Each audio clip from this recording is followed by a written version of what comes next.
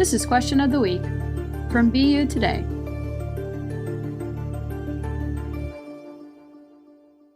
Who will be the next James Bond?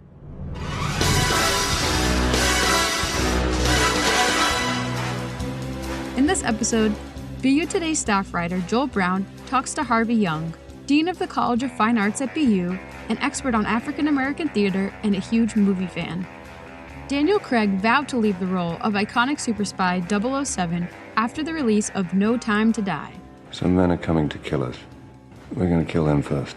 With the movie now in theaters, speculation has turned to who will be the next actor to tackle the role first played by Sean Connery almost 60 years ago. I admire your luck, Mr. Bond. James Bond. Harvey Young, thanks for talking to us. We'd like you to tell us who will be the new James Bond. Well, that's a good question. We don't really know just yet. It hasn't been announced, but I think there are quite a few wonderful contenders out there. And everyone has their own favorite, whether it's Tom Hardy.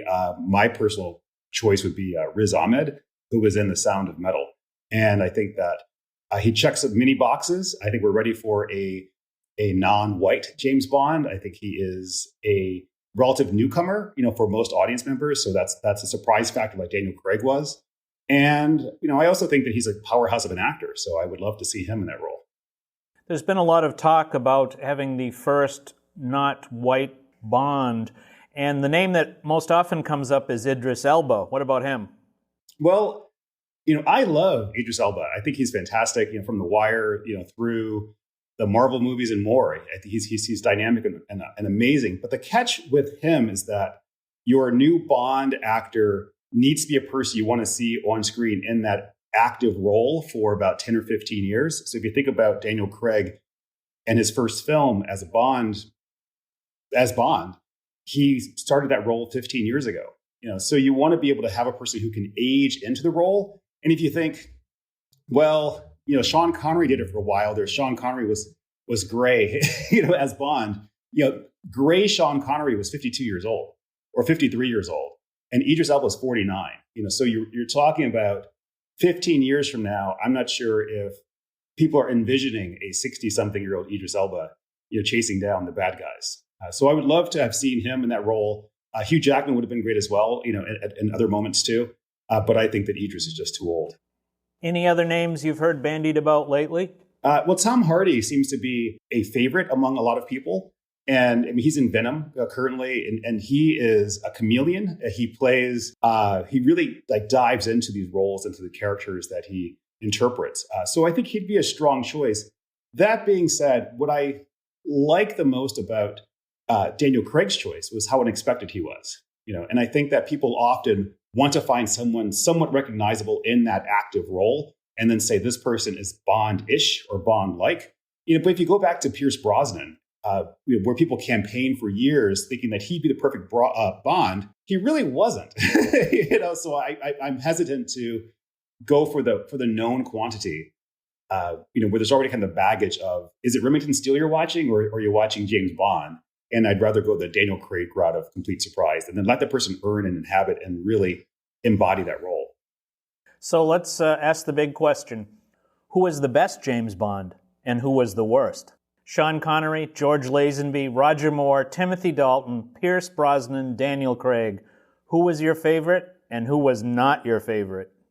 Well, so I grew up watching Roger Moore. But James, I need you. So does England. And for me, Roger Moore was Bond because if you think about it, as a kid, his face was everywhere, right? He was Bond. And I remember talking to my father and we would debate and he'd say, Sean Connery's the best Bond. And I would say, oh, no way, it's Roger Moore all the way. And then I think when I got to college, I went back and I watched the entire, every Bond film. And I lost my appreciation for Roger Moore. I will say that. And I much preferred Sean Connery over Roger Moore. So I would say that now, sadly, Roger Moore is actually my least favorite of all the Bonds. But I think Daniel Craig is actually my favorite. I think what he's done in terms of the seriousness, the depth of character, the psychological introspection that you get with that character, is amazing. And in a way, Timothy Dalton gave a hint toward that, but people weren't quite ready for it back then in the 90s, whereas I think we're appreciating it in this moment. So this series obviously has been made since the early 1960s. How does a Bond movie read differently today than it did back then? There used to be Bond girls, there used to be kind of racial and gay stereotypes that were not particularly flattering. I mean, there were a lot of things in those 1960s movies that would not play today. That's true. And remembering that the Bond films are still circulating. So whenever there's a new Bond film that comes out, there's the Bond retrospective in your local cinema. So you're watching Dr. No and Goldfinger and the rest. So those stereotypes, continue forward. And even the idea of the Bond girl, like we're familiar with that phrase, even though that character type has been sort of revised, certainly in the last decade. I mean, but if you go back and think about what it was doing, it's really a product of sort of a 1950s, early 1960s imagination of a certain type of British masculinity, right? As the empire is on decline, as the colonies are asserting independence.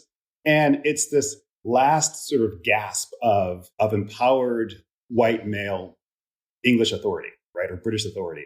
And so if you put it in that perspective and then see how it's this person going out and engaging these others, whether it's stereotypical and racialized women, if it's him going to the Caribbean, which becomes stereotypical, going to Harlem, which becomes even more stereotypical within the Bond films, that's what it is.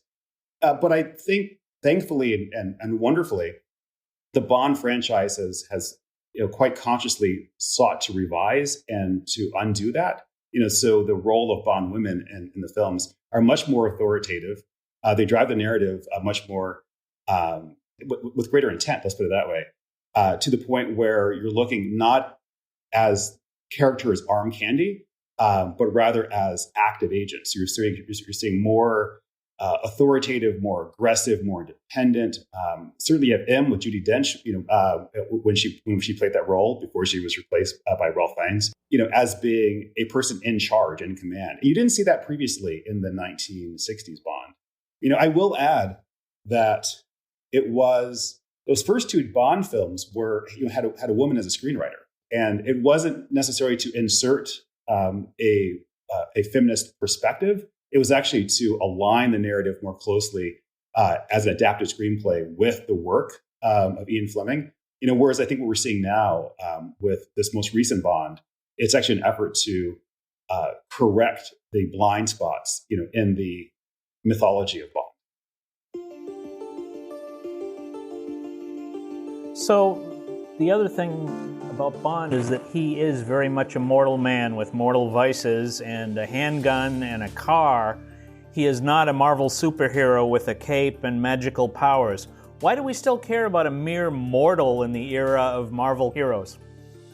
That's a good question. I mean, I think that it's the everyman part of Bond that people connect to. So the whole idea of Bond, according to Ian Fleming, was that he didn't have any magic powers. He was a very average person. His name was James Bond. It was a very bland name. And he was just a person kind of thrown to extreme scenarios. So he was supposed to be kind of the most disinteresting thing in his environment, and that's part of the reason why the gun, the car, the places he went were supposed to be so adventurous, because he himself was supposed to be pretty bland, right?